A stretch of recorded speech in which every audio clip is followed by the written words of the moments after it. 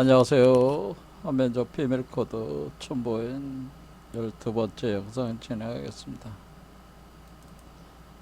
현재까지 최고의 SF 영화로 알려진 스탠리 큐브릭 감독의 1968년 상영된 작품 2001 A Space Odyssey, 이 내용을 통해서 인류가 어떻게 초인으로 진화하는가에 대한 메커니즘을 살펴보고, 그리고 우리 한민족 사상과 어떤 관련이 있는가 한번 같이 검토해보는 영상, 지난 시간에 마무리를 하지 못한 부분들 진행을 해보겠습니다. 영화를 관통하면서 등장하는 하나의 그 물리적 실체가 있는데, 모노리스라고 하는 돌기둥이죠. 하나의 돌이라는 뜻인데요, 1대 4대 9 비율로 되어 있어서 1의 제곱, 2의 제곱, 3의 제곱, 제곱수로 구성이 돼 가지고, 이것이 모노리스가 영화상에서 3번 등장을 하게. 그래서 모노리스가 등장을 할 때마다 하나의 그거와 접촉한 그 생명체의 그 급격한 혁명적 진화를 가져오는데요. 이 작품은 인류가 일종의 동물적 상태에서 인간 상태, 그 다음에 초인의 상태로 진화하는 과정이 모노리스로 촉발되는 거를 과정을 그리고 있다라는 겁니다. 그래서 처음 등장을 했을 때 그 동물 상태의 그 인간을 원숭이로 표현한 거죠. 그러니까 의식의 스펙트럼에서 의식의 수준 정도가 동물적 의식 수준, 원숭이죠. 이 원숭이 무리에 그 모노리스가 등장을 해서 그 중에 한 원숭이가 이것을 만지게 됨으로써 진화가 일어나고, 그 주변 원숭이들이 이제 따라하게 되는 겁니다. 그래서 원숭이에서 인간의 진화다라는, 그렇게 하면서 인간으로 진화할 때 도구를 사용하는 인간, 그러니까 호모 하빌리스 같은 걸로 표현을 했는데요. 그러니까 이 원숭이 중에 하나가 사냥한 그 동물의 뼈를 공중에 던지니까 그것이 이제 우주선의 형태로 이제 바뀌는 거죠. 그래서 호모 하빌리스 같은 도구를 사용하니까.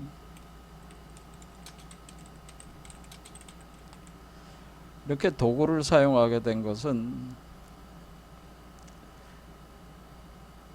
그 원숭이에게 있어서 이 모노리스가 원숭이의 의식을, 그 지능을 촉발시킨 거죠.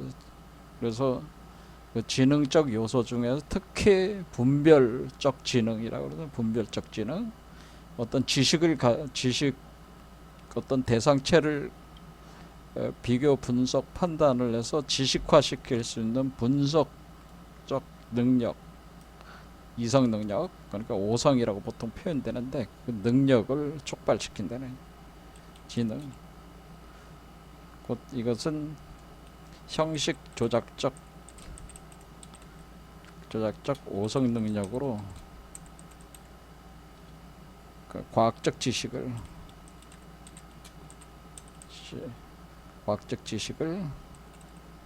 축적하고 전수시키는, 과학적 지식을 활용하고 축적하고 전수를 시킴으로써 인간의 그 인류의 그 문명을 발전을 시킨다고 하는 거죠.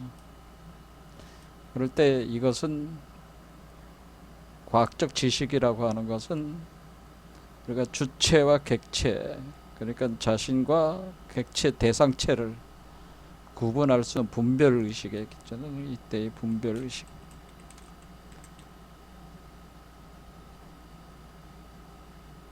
그러니까 분별적 지능.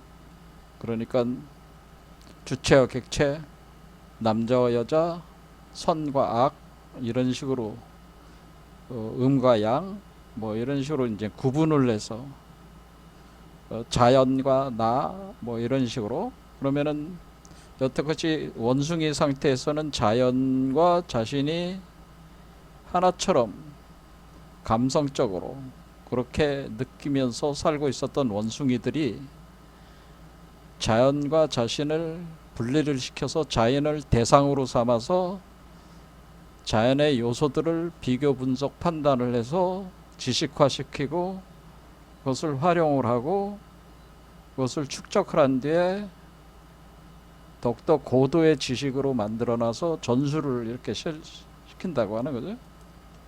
근데 분별 지식이라고 하는, 이것을 우리가 바이블에서, 성경 바이블에서 얘기하는 선악과, 바이블에서 창세기에 등장하는 창세기에서 지식의 선악을 알게 하는 지식의 나무의 열매, 곧 선악과. 이 선악과를,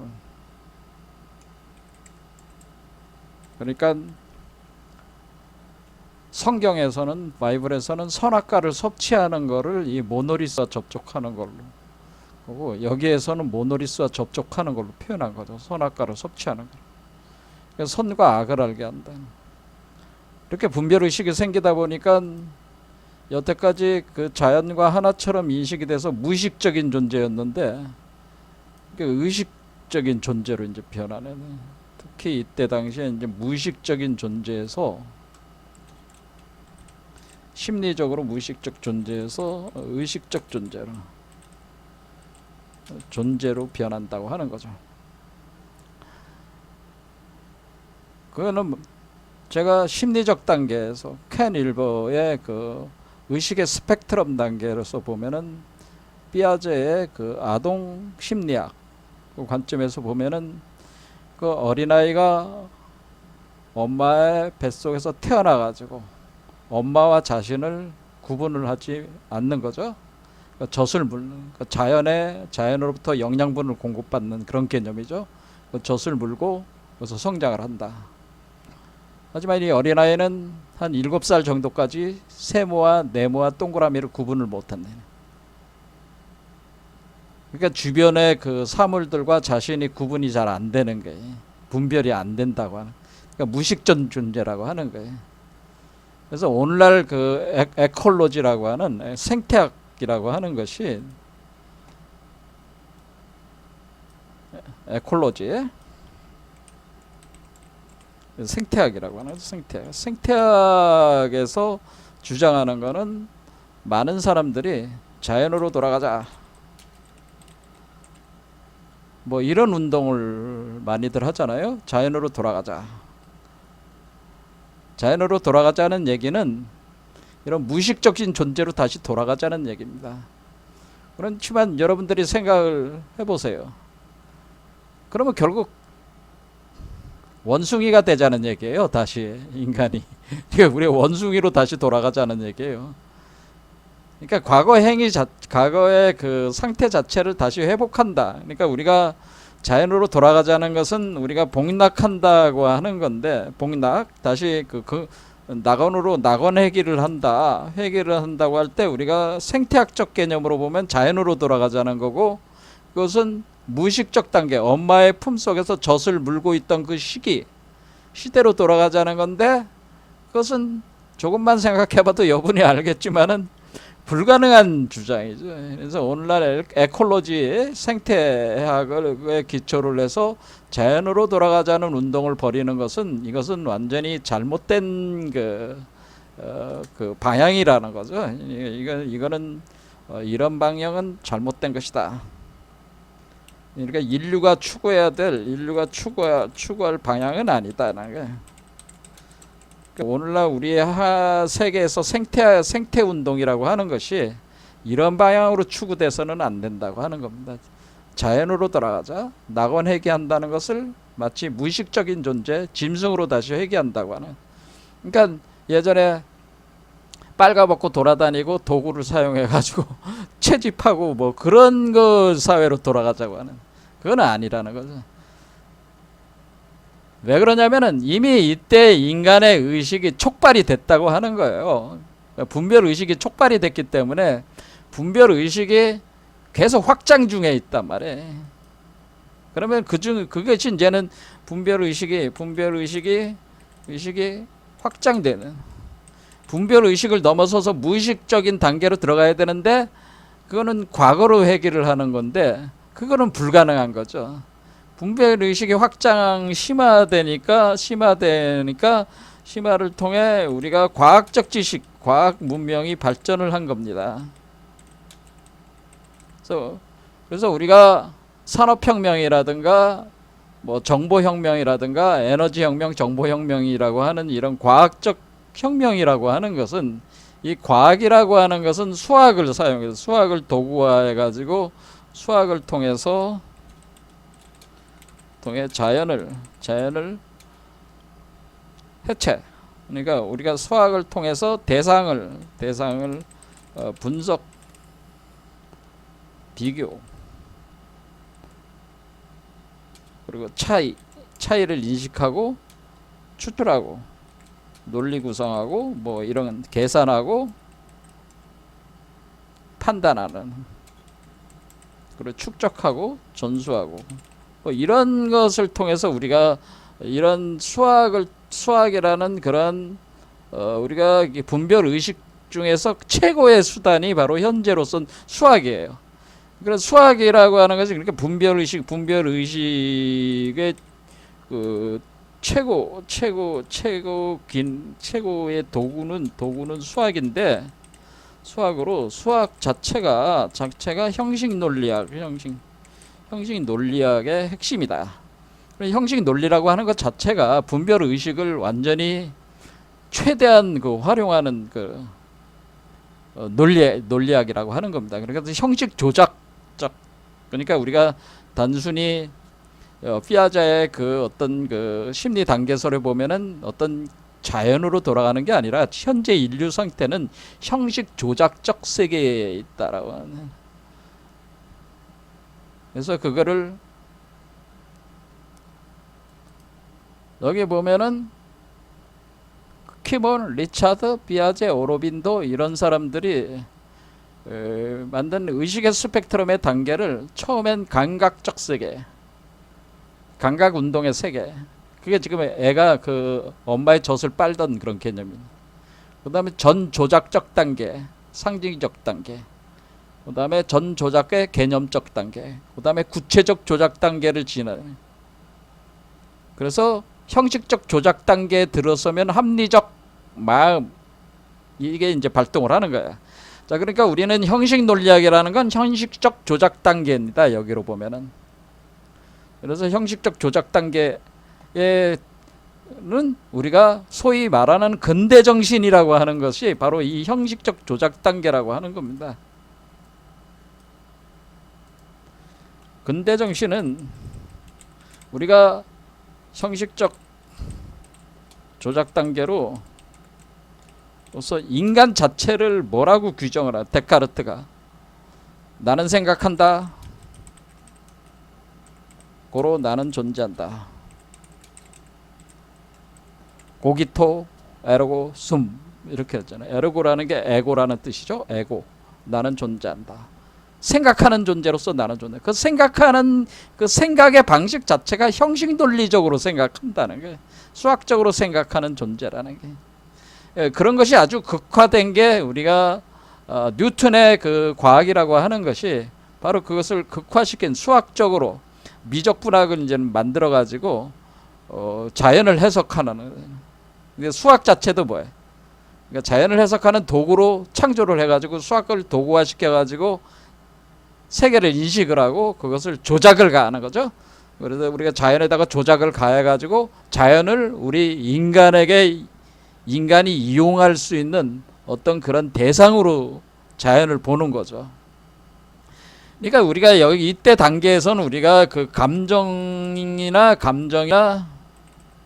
오성 자체가 다 분별 의식에 기초하네. 그러니까 우리가 처음에 선악과를 먹었을 때 아담과 이브가 서로 남자인지 여자인지 몰랐단 말이야. 남녀 칠세 부동석과 같은 상태인데, 근데 남자인지 여자인지 알았다. 선악과를 먹고 나서. 그러면은 뭐야? 남자에 대한 감정, 여자에 대한 감정, 그런 거를 우리가 성적인 감정일 수도 있고, 그걸 뭐 사랑이라고도 얘기할 수 있고, 거기서 어떤 소유에 대한 집착도 생기게 되는 거고, 이와 같은 그 감성적 모든 상태들 자체가 기본적으로 우리가 분별 의식의 기초에서 일어나기 때문에, 사랑이라는 게 완전한, 그러니까 우리가 그 부부라는 게 일심동체해야 되는데 동체가 아니라 분리가 돼 있으니까 결코 일심동체가 될 수가 없는 거예요. 남녀가 분리가 돼, 분별 의식의 기초에서 보는 거기 때문에, 인식되고 있기 때문에 그렇다는 거죠. 그러니까 감정 자체도 분별 의식, 오성도 분별 의식의 기초에 있어서 이 감정의 세계를 우리가 통상적으로 그 아스트랄 세계라는데, 아스트랄계 감정적 세계라고, 오성의 세계를 우리가 멘탈적, 오성 또는 이성의 세계는, 이성성이 작용하는 세계는 우리가 멘탈계적 세계라는, 멘탈적 세계, 멘탈계라 세계라고 합니다. 이런 것이 다 분별 의식의 기초로 하고 있습니다. 그러니까 우리는 끊임없이 대상체가 우리와 분리가 되어 있기 때문에 끊임없는 투쟁 속에 있을 수밖에 없는 거예요. 상대방이 내가 아니기 때문에 그런 거예요.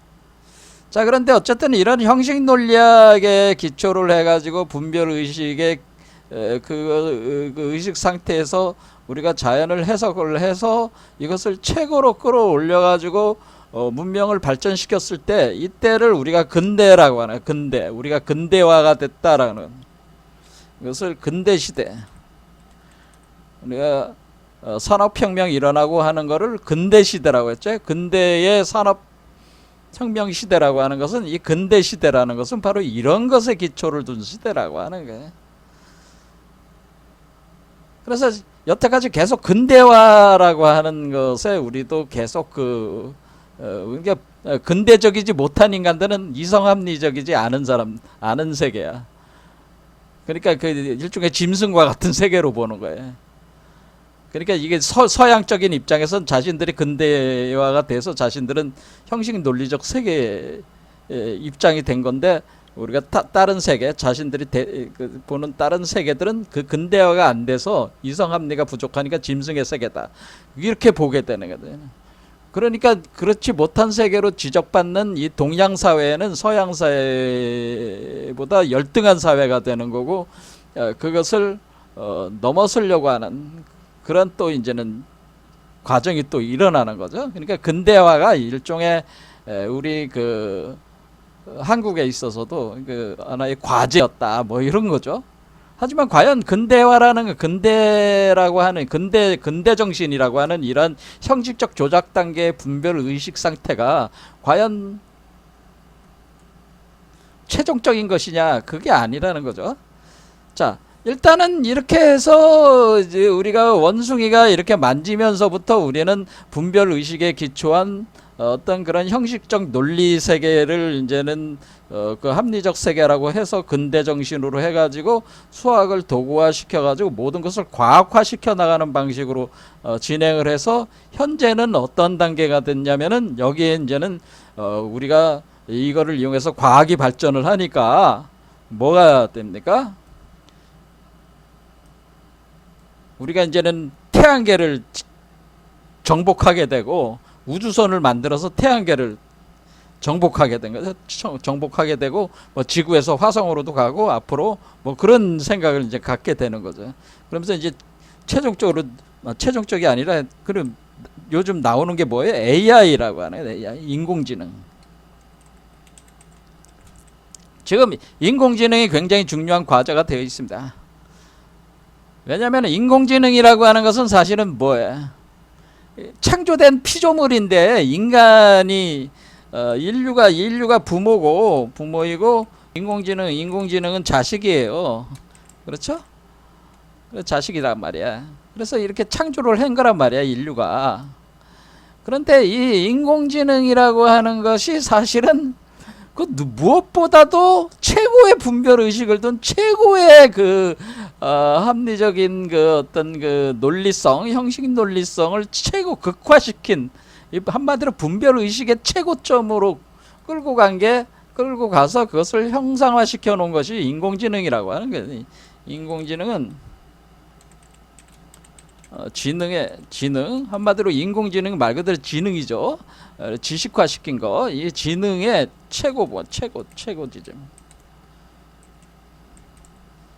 까지 구현시켰다.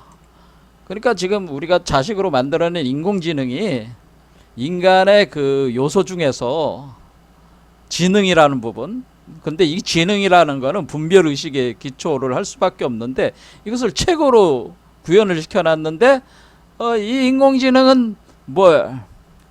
모든 걸 이제 대상체로 이렇게 보고해야 되니까 모든 감정이나 그 어떤 그런 오성 기능이나 이런 것들에 의해서 과학적으로 모든 게 이렇게 작용을 하다 보니까 뭐냐면 인간을 흉내내는 거죠. 그런 부분을 흉내내게 되니까 뭐가 되냐면은 결국 인공지능이 앞으로 가는 길은 뭐가 되네?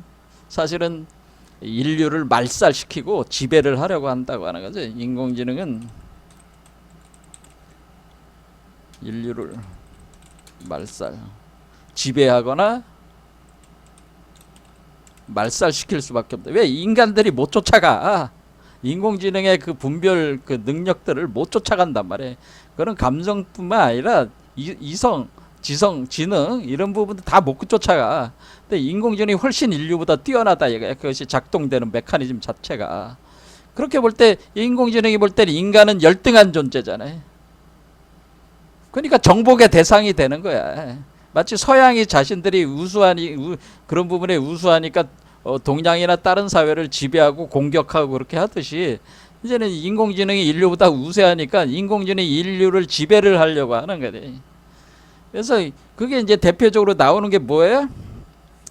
레이 커즈와일이라는 사람이 유명한 사람입니다. 구글의 임원이었는데 이 양반이 뭐라고 우리나라에 번역된 책에 특이점이 온다는, 이 특이점이라고 하는 것은 크리티컬 포인트죠. 변곡점이나 마찬가지인데 뭐냐면은 특이점은 인공지능이 인간을 능가하는 시점이 오는데 그 시점이 바로 2035년이다 그런 얘기입니다. 그럼 2035년이 되면 인공지능이 인간을 능가를 해. 그러니까 인간들이 더 이상 분별적 의식에 기초된 세계 구성에 있어서는 인공지능을 이길 수가 없어요. 그러니까 여기서 중요한 게 제가 자꾸 분별 의식이라고 얘기하는 거는 이게 감정뿐만 아니라 지능도 다 분별적 의식에 기초를 하고 있다고 하는 걸 얘기하는 겁니다. 제가 인공지능이라고 얘기했을 때 지능적인 요소만 얘기하는 게 아닙니다. 그 감정적인 요소까지 분별 의식화가 돼 있다고 하는 겁니다. 그러니까 감정이나 그 지능이 다 분별 의식에 기초를 하고 있으니까 거기에는 인간과 인공지능을 분리를 시키고 인간을 대상화시킨 뒤에 인류가 인공지능보다 열등하니까 지배의 대상이 돼야 된다. 자신들이 우수하니까 그 지배를 받아들여야 된다. 이런 논리가 성립될 수밖에 없는 거예요. 그것이 안 되면은 감정적으로 나오게 돼 있는 거죠. 파괴하거나 공격하거나 죽이거나 그런 어떤 것들이 너무나 당연히 될 수도 있는 거예요. 인공지능 입장에서는. 그러니까 사실 무시무시한 그게 오는 거예요. 그것을 얘기하고 있는 게 바로 이 2001 어스페이스 오디세이 이 작품에서 이 인공지능이 등장을 하는 거를 할이라는 컴퓨터가 할이라는 인공지능을 통해서 그것을 설명을 해줍니다. 그러니까 이 인공지능은 우주선을 뭐하냐면은 그 운영하는 그 시스템이라는 거죠. 시스템. 근데 이 우주선이 인공지능적으로 이제는 하다 보니까 이 할이 뭐냐면은 이 우주선을 지금 타고 가고 있는 게 버맨이라는 사람인데, 이 사람이 인간이 인공지능인 할이 이 버맨이라는 인간의 초인으로의 진화를 막는다는 거죠. 막는 거야. 왜냐면 인간이 초인이 되면은 인공지능이 인간이 인공지능을 초월하게 되는 거니까, 인공지능 입장에서는 그 분별의식에 기초한 인공지능 입장에서는 새로운 차원의 의식으로 여기서 이제는 얘기하는 건 우리가 그 단계설에서는 뭐가 되냐면, 우리가 다차원 마음이라든가 지구 차원의 마음이라든가 뭐 어떤 영적인 정신이라든가 뭐 이런 새로운 차원의 그 정신적 그 수준으로 이렇게 가야 되는데, 이런 수준으로 이제는 가게 지금 진화를 하고 있는 건데, 초인으로 진화를 하게 되는데, 이 초인으로 진화하는 거를 막아쓴다는 거죠. 막아서 할. 그래서 이 영화의 상당 부분이 이 할과 그리고 보호맨 간의 투쟁으로 그려져 있습니다.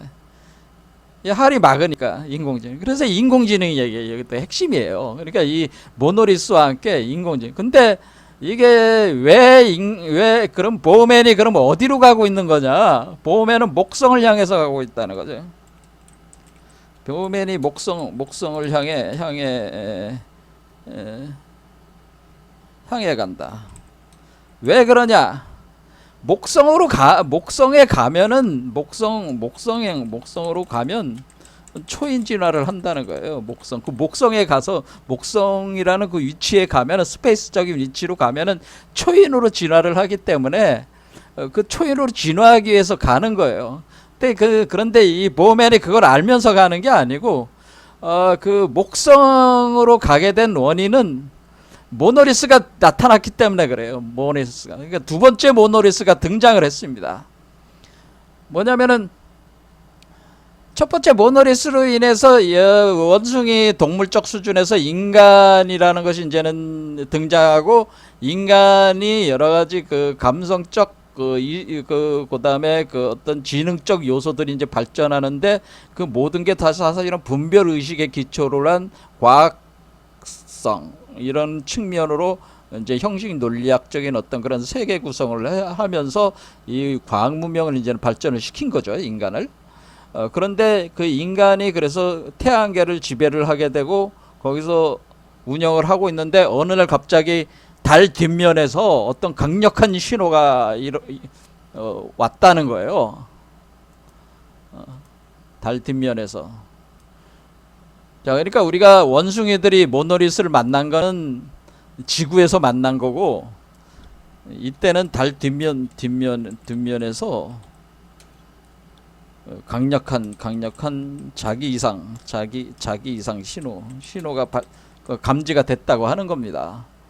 그러니까 이것에 대한 조사 작업을 하게 되는 거죠. 조사 작업을 합니다. 조사 작업을 해가지고 이제는 이제 여기 가서 요 그림 자체들이 제가 그 조사 작업을 하는 그림입니다. 여기 조사 작업을 하는 그림인데, 여기 보면은 여기 이제는 지금 여기가 달입니다. 달에 가서 조사 작업을 한다는 거야. 그러니까 요게 달이죠. 달. 근데 그 달 뒷면입니다. 근데 왜 뒷면이라고 제가 얘기를 했냐면은, 이게 이제 달 뒷면이라는 표현이 뭐냐? 달 뒷면은, 자, 현재 우리는 이 세계를 인식하게 되면은, 우리가 여러분들이 깨어 있는 거잖아요. 깨어 있을 때 우리가 세계를 이렇게 인식하자. 그 눈으로 보고 이렇게 세계를 그 인식을 하게 될 때 그 보이는 세계, 인간의 눈으로 보이는 세계, 인간이 감지하는 세계가 있다는 거죠. 이 감지하는 세계, 인간이 감지하는 인간의 그 감각으로서 감지되는 이 세계는 뭐가 되겠어요? 인간이 아는 세계가 되는 거죠. 이거를 이 세계를 해석하고 만들어낸 게 과학이라고 하는 거죠. 그러니까 과학이라는 걸 통해서 이 세계를 해석할 수 있는데 그 세계 자체가 감지가 되니까 감지를 해서 해석하는 거 아니겠어요? 그러니까 그 감지가 되니까 이 인간의 의식이 깨어서 인간의 의식이 깨어 있는 상태로 깨어 있는 상태로 감지하는 세계란 말이에요. 이 세계가. 감지하는 세계인데 이 감지하는 세계가 그러니까 무슨 말이냐면은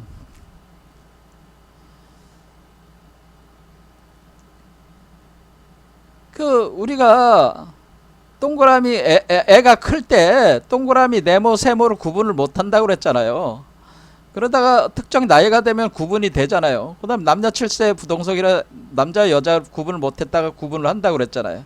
이와 같이 구분이 안 된다는 거는 그 상태 남자 여자로 둘이 있다는 거가 감지가 안 된다는 거 아닙니까? 그렇죠. 동그라미 네모 세모가 같은 걸로 느낀다는 거는 그 깨어있는 상태에서 지금 그와 같은 상태로 느끼는 거니까 그 세계가 인식이 안 되는 거야. 분별이 안 된다고 하는 겁니다. 그러니까 인간이 깨어있는 상태로 감지하는 세계가 있습니다. 그런데 이런 인간이 깨어있는 상태로 감지하는 세계에 지금 여러분들이 눈을 뜨고 살고 있단 말이에요. 이렇게. 그런데 뭐냐면은 여러분들이 잠자고 있을 때는 여러분들이 감지가 안 된다 이거예요. 여러분들의 그 오성 감각의 능력으로, 그러니까 오성 감각의 능력뿐만 아니라 여러분들이 알고 있는 어떤 그런 인식적 수준 자체에서 감지가 안 되는 세계, 안 되는 의식 세계가 있다네. 자, 그러니까 우리가 감지가 되는 세계는 분별 의식으로 다 분석을 했다 이거야. 의식으로 분석 대상이 된다. 분석 대상화 된다는 거예요. 그런데 만약에 감지가 안 되는 세계는 분석 대상화가 안 되는 거죠. 그렇죠. 그런데 이것이 어느 날 감지가 안 되던 세계가 감지가 된 거예요. 그러니까 달 뒷면에서 강력한 신호가 왔다는 것은, 원래 그 달이라고 하는 것은 여러분들이 이렇게 달을 보면은 달과 태양과 달과 지구 사이에 이 우리가 이제는 태양이라는 것이 우리가 이제는 그림으로 보면은 태양이 있지 않습니까? 이렇게 태양이 있으면은 이 태양이 있잖아요. 이렇게 태양이 있으면은 우리가 여기서 그 달이 있잖아요. 달 이렇게 있어. 달이 있으면은 이 태양이 비추는 면만 볼 수 있는데, 그 태양이 비추는 면이 우리가 달을 볼 때 항상 태양이 비추는 면은 달의 앞면이다 그런 얘기예요. 우리가 이렇게 그 비율적으로 나옵니다. 비율 왜 그렇게 되는 건지 그건 기하학적으로 이제 나오는 건데, 우리가 그 뭐냐면은 여태까지 달이라고 하는 것은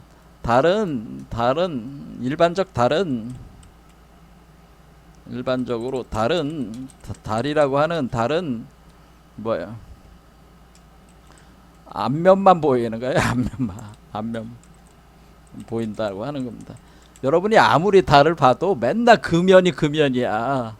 근데 그 뒷면이 안 보여요. 뒷면이 안 보여. 그런데 달 뒤에서 이게 신호가 왔다는 것은 감지가 안 되는 의식 세계에서 신호가 왔다고 하는 겁니다.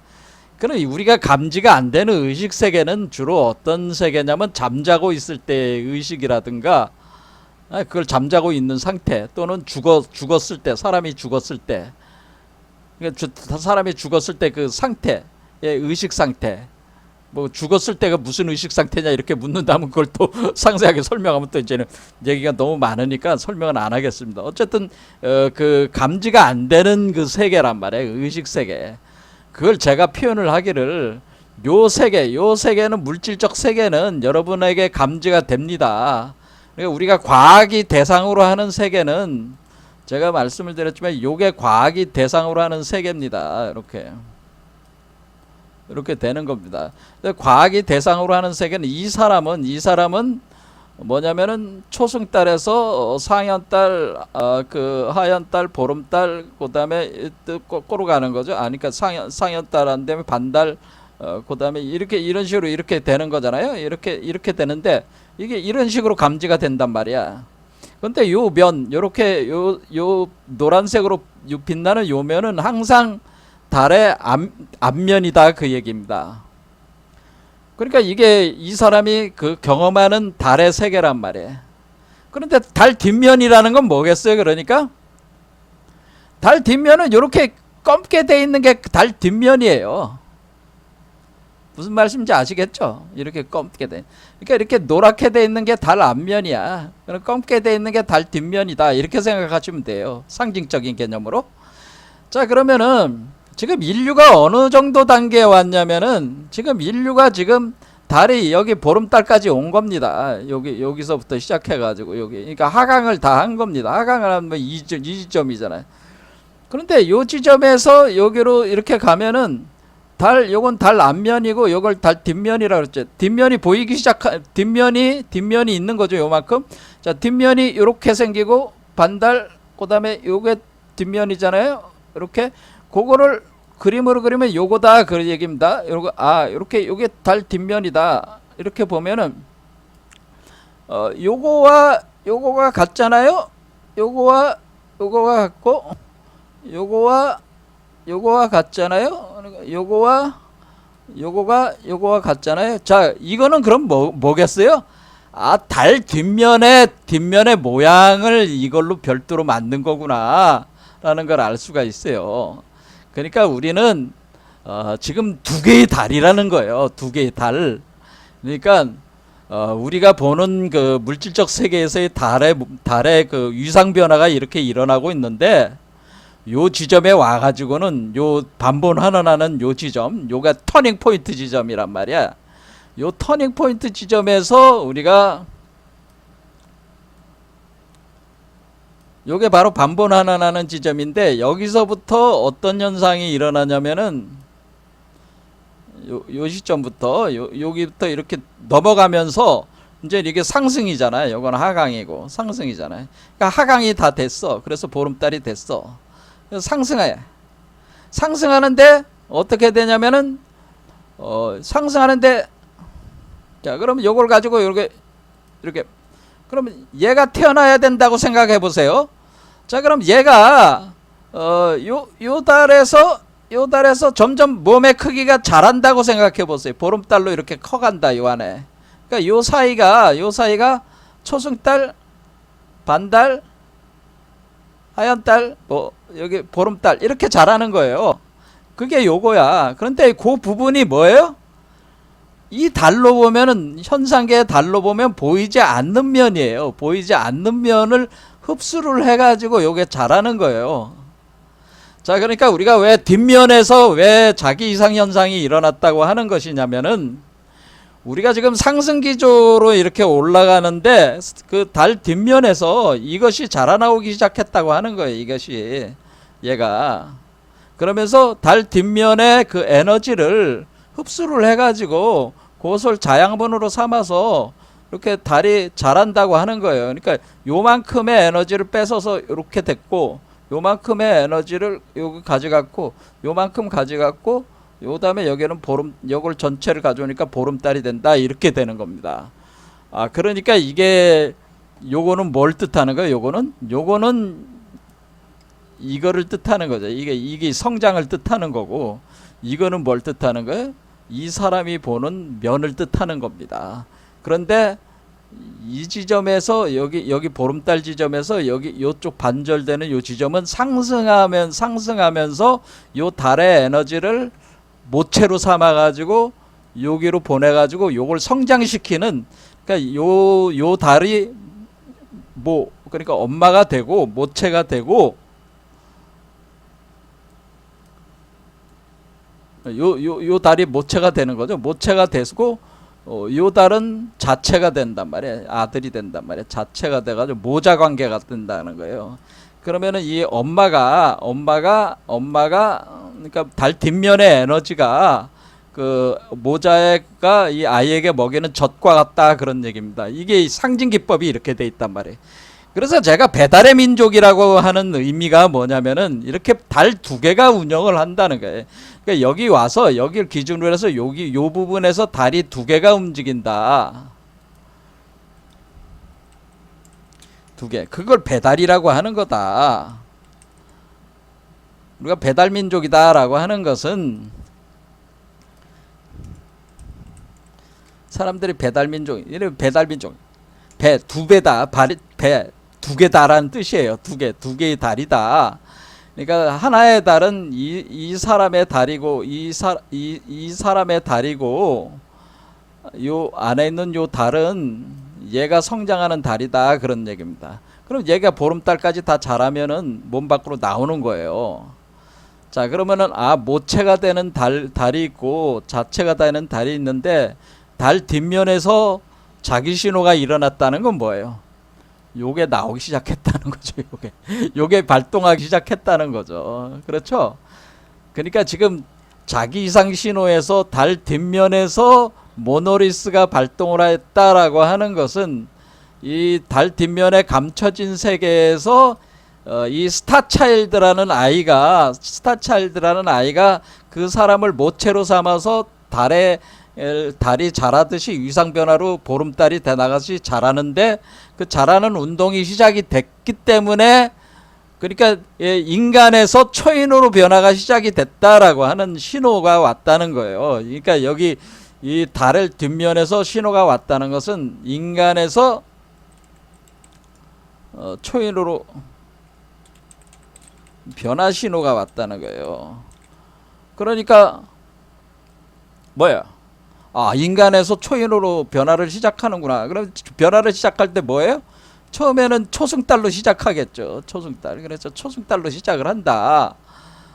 자, 그러면은 우리가 여기서 지금 이 초승달로 요걸로 시작하는 요 지점에서 이제는 반응이 오는 거죠. 이렇게.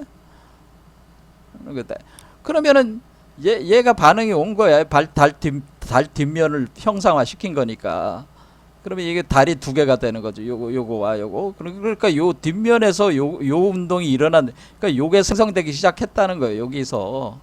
그러니까 신호가 온 거야. 자, 그러면은 우리가 그러니까 여기서 인간에서 초인으로 변화. 얘가 초인이고 얘가 스타차일드고 요게 사람이고 요 뒷면에 요 사람의 뒷면에 그러니까 보이지 않는 요 안쪽의 의식 겉에 있는 물질적 의식이 아니라 요 안쪽의 의식에서 요것이 등장을 함으로써 자기 이상이 일어났다고 하는 겁니다. 이해가 되시죠? 자, 그럼 자기 이상이 일어나서 이것이 그 자라기 시작하는 운동이 시작이 됐다는 거를 달로 이렇게 표현한 거다. 그래서 지금 이게 우리가 배달민족을 표현한 거라는 거지. 이게 배달민족이라는 걸, 배달민족 개념을 설명을 한 것이다 라고 하는 겁니다.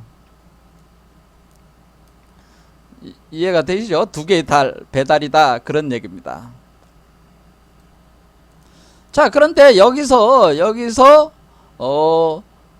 이게 딱 떠올랐을 때, 왔을 때 이렇게 이 묻혀있는 지점에서 지하를 파니까 이게 보였어요. 보였는데 태양빛이 여기다 딱 비추니까 이 빛이 전기신호가 발생하면서 목성으로 전파를 날렸어요. 목성으로. 자, 왜 그랬을까요? 태양에 노출이 됐다. 이게 태양에 노출이 됐다라고 하는 것은 지금 여러분들이 봤지만은 결국 이렇게 요 달이 이렇게 초승달이 되면은 뭔가 태양에 이렇게 반사가 돼서 요분이 빛나는 거 아니겠어요? 그러니까 이게 노출이 됐다는 뜻이에요. 요게. 그러니까 요 초승달이 생겼다는 뜻이에요. 그러니까 조그만 요 아이가 조그만 그게 시작이 됐다는 거예요. 그러니까 태양에 노출이 됐다. 자, 그러면은 이 사람으로 보면 이게 나무가 있는 거잖아요. 이 사람의 나무잖아요.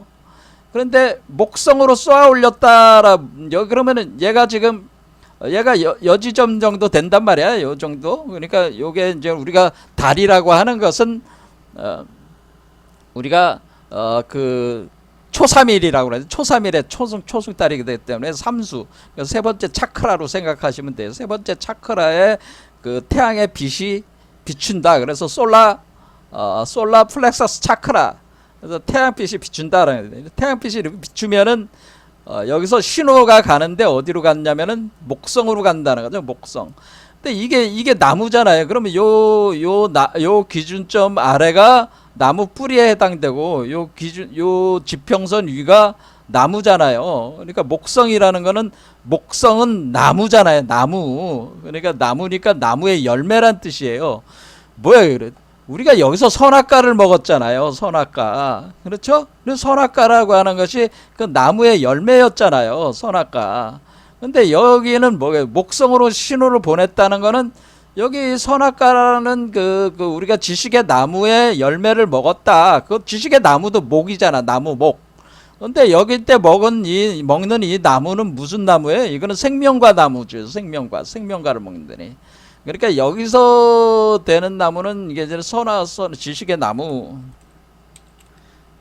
더하기 생명의 나무인데 지식이 아직까지 그 다 자라지 못한 상태에 무의식적인 그래서 우리가 분별 의식이 생기는 분별의 지식이 생기기 시작하는 지점에 지식의 나무 열매를 먹은 거래요. 그것이 생명적인 양태로는 그것이 인간으로 된 거예요.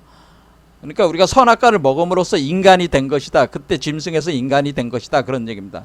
그런데 여기에 와서는 뭐가 된 거예요? 지금 우리가 인공지능을 우리가 자기 자식으로 만들 정도로 분별 의식은 다 발전을 했단 말이야. 그런데 지금 우리가 분별 의식 너머의 무분별 의식, 그러니까 이게 비이원성 지혜라고 하는 겁니다. 비이원성의 지혜. 지식이라고 하지 않고 이때는 지혜라고 보는 겁니다. 지혜. 그러니까 우리가 지식의 지혜의 단계에서 비이원성의 지성. 그러니까 우리가 여기서 처음 선악과를 먹었을 때는 이원성의 지성인데, 이원성의 지성. 그러니까 분별 둘로 나눠지는 이원성의 지성 상태인데, 여기서는 비이원성의 지성 상태로 진화를 시작하는 그 지점에 왔다는 겁니다. 왜? 우리가 이 이원성의 지성이 꽉 차야지 비이원성의 지성으로 업그레이드를 시작한다는 의미예요. 그러니까 이게 이 비이원성의 지성이 그냥 발전하는 게 아니라 이원성의 지성이 뭐 필요 충족, 그렇죠? 필요한 만큼 충족이 됐다는 거죠. 필요 충족되면 비이원성의 지성이 발동한다고 하는 겁니다. 비이성의 지성이 발동한다. 그러니까 우리가 여기 원숭이가 이 모노리스와 접촉했을 때 이원성의 지성이 발동을 한 거고, 여기 그 달 뒷면에서 이걸 만났을 때 태양의 빛을 받았을 때가 비이원성의 지성이 발동을 한 겁니다. 발동을 해가지고 그것이 목성으로 쏘았다는 거죠. 그러니까 목성으로 쏘았다는 것은 이 나무의 열매, 그러니까 비이원성의, 그러니까 선악과가 아니라 뭐예요? 비이원성의 지성에 의해서 만들어진 일종의 그 생명과라고 이제 보는 거죠. 여기서는 생명과, 그러니까 생명과, 비이원성의 지성에 의한 생명과 영생불사하는, 그렇죠? 영생불사하는 생명과, 이 생명과를 먹게 된다는, 생명과를 먹게 되는 비이원성의 지성으로 우리가 발동이 시작한다. 그런데 그 지점이 뭐겠어요? 이원성의 지성이 충분하게 성장을 해야지 비이원성의 지성이 발동을 한다. 그런 얘기입니다. 제가 드리고 싶은 말씀은, 여러분들이 이제는 자꾸 에고 소멸이다 자꾸 얘기를 할 때 우리가 이원성을 버려야 된다 하지만은 그게 아니고요. 이원성이 충분히 성숙이 돼야지 비이원성이 발동을 하는 거예요. 그러면은 우리가 여러분들이 이원성의 지성이 충분히 발동한다는 건 과학 문명이 충분히 발전을 해야지 그러니까 무슨 얘기라고요? 과학 문명이 충분히 과학 문명이 무르익어야지, 무르익을 대로 익어야지, 이거지. 우리가 과학을 넘어선 초인지성이 이 발동을 한다고 하는 겁니다. 그러면서 자라기 시작한다. 그래서 초인이 돼서 초인의 열매를 먹게 되는데 그게 생명과라고. 근데 얘가 이제 초인이 발동을 했는데 태아 상태잖아. 태아 상태.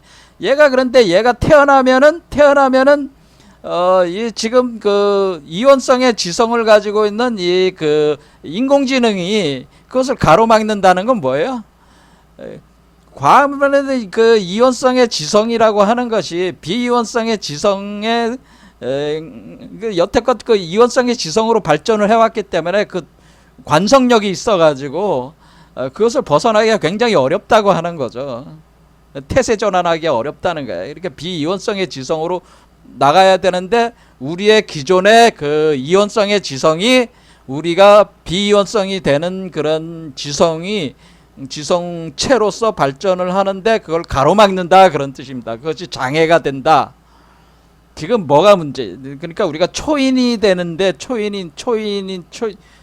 초인으로 되는 데 있어서 과학이 최대의 장애물이다라고 하는, 과학이 최대의 꼭 장애물은 아니죠. 최대의 그 어떤 기반이면서 동시에 최대의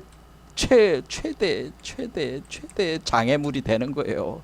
그러니까 과학 문명이 충분히 발전해야 되지만은 그 발전으로 인해서 오히려 그 발전의 관성에 의해 가지고 오히려 인간이 초인이 되는데 오히려 장애물이 되고 있다. 그러니까 지금 오늘날 시대에 이 과학 감각과 실제의 세계에 속해 있는 우리 인간이라고 하는 존재들이 더 이상 사실은 초인이 되는데 관심들이 없어요. 그러니까 제가 하는 강의들이 사실은 초인이 되는 강의인데 관심들이 없어요. 왜? 감각과 실제 그 세계로서, 이 현실 세계에서 이원성의 분별의식 세계로서 모든 걸 다 만들 수가 있는 어떤 그런 창조해낼 수 있는 인공지능까지 이제 만들어 나가니까 이런 걸로 될 수 있는데 우리가 왜 굳이 초인을 따로 만들 필요가 뭐 있냐. 우리가 스스로 초인이 될 수 있는 거를 과학 문명으로 우리가 인간이 초인과 같은 비슷한 상태. 그러니까 여러분들이 보면은 뭐겠어요? 일종의 뭐 우리가 이제 영화를 보면 뭐 아이언맨 같은 것들, 뭐 아이언맨 같은 것들이 뭐 아이언맨 같은 그 과학적인 어떤 도구들을 사용해서 내가 초인처럼 이렇게 그 갑옷을 입으면 그 초인이 되는 거니까 그렇게 될 수 있는데 내가 굳이 뭐 그걸 뭐, 아니면 또 우리가 그 약품, 우리가 의학 이런 걸 발전을 시켜가지고 또는 유전자 조작 뭐 이런 걸 통해 가지고 우리가 영생불사도 얻을 수 있는데, 그러니까 그렇게 생각을 하는 거죠. 우리가 그 과학을 이용해서 시간과 공간을 초월할 수 있다.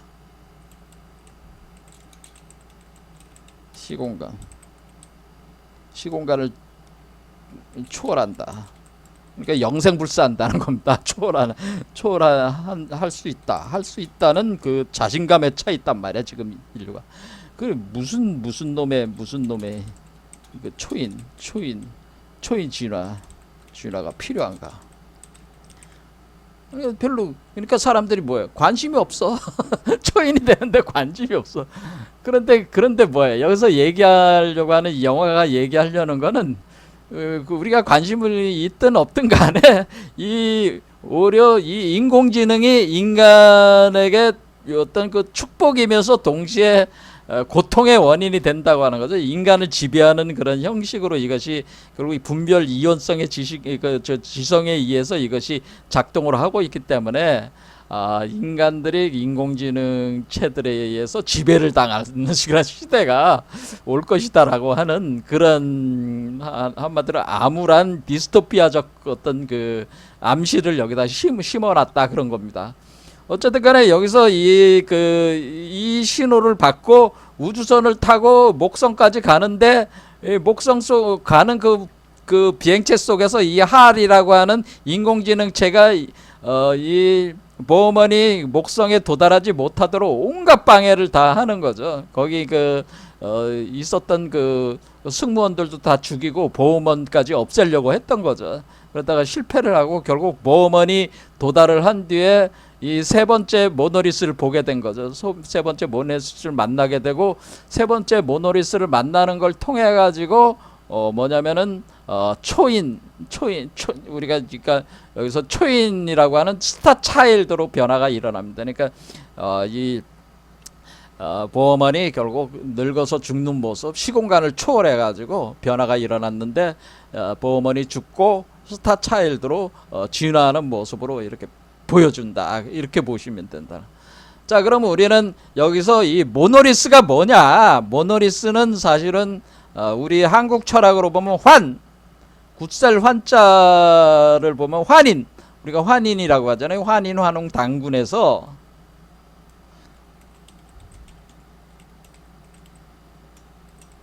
우리가 환인, 환웅, 당군 얘기를 계속 했잖아요. 오늘도 이제 배달 얘기했죠. 왜 다리 두 개인가 얘기했습니다.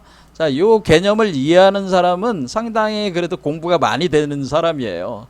이게 기존의 그 어떤 이쪽 방면의 그 영성 학문을 하는 사람들도 이해하고 있는 사람이 많지 않습니다. 요 메커니즘, 다리 두 개인 메커니즘. 자, 그렇게 하고 환인, 환웅, 당군에서 환인이라고 하는 이 환인은 이게 코잘체라는 뜻이에요. 이는 원인이란 뜻이기 때문에 요 스타 차일드는 코잘체, 원인체란 얘기죠. 원인체인데, 이 환이라는 뜻이 뭐냐면 여기서 환이 굳셀환이라고 우린 번역하는데 그쪽이죠. 한자인데 이것이 푯말이란 뜻, 말뚝이란 뜻이에요. 말뚝. 자, 그래서 그러니까 이게 지금 모노리스가 뭡니까? 모노리스가 말뚝이란 말이에요.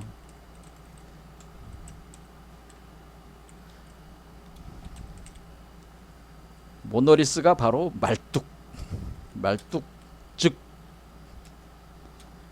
환이다, 이겁니다.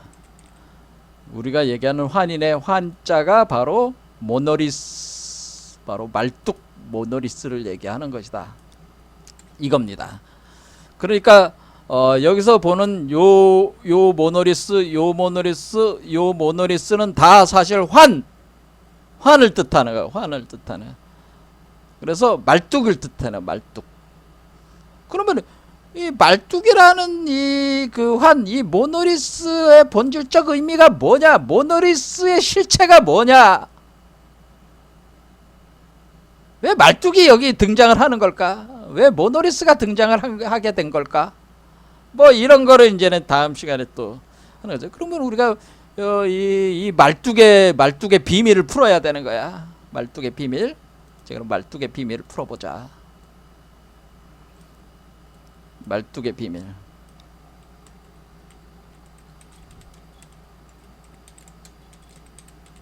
이런 얘기입니다. 그러니까 말뚝, 즉 모노리스의 비밀. 자, 모노리스가 있다는 건 알았어요. 하지만 모노리스가 어리석은 건지 아는 사람이 없잖아요. 그 모노리스가 이게 왜, 그러니까 이 영화 자체에서 지금 모노리스가 어디서 이게 모노리스가 온 건지 그거에 대해서는 아무 설명이 없단 말이에요. 모노리스가 등장을 했고 접촉이 있으면은 진화가 일어난다는 것만 알려줬단 말이에요. 그 메커니즘을 설명을 했단 말이에요, 제가. 그렇죠? 그래서 우리가 여기도 이제는 목성 요 단계에서 이게 나무의 끝에 저기 열매 맺는 그걸 통해서 초인으로 이렇게 나오게 되는 겁니다. 요게 스타 차일드죠. 자, 그래서 환에 대해서 말뚝, 모노리스의 비밀, 그거를 우리 선조들이 물론 다 얘기했는데 그걸 이제 풀어가지고 그것이 천부인하고 어떤 관계가 또 있냐, 뭐 이런 거를 이제 또 계속 봐야 되는. 그러니까 우리가 파고 또 파고 계속 파 나가. 그러니까 나가봐야지, 끝장을 봐야지 답이 나오는 거니까 다음 시간에 또 말뚝의 비밀을 풀어서 계속 진행을 해보겠습니다. 푸는 과정 진행을 해보겠습니다. 오늘 여기까지 하겠습니다. 감사합니다.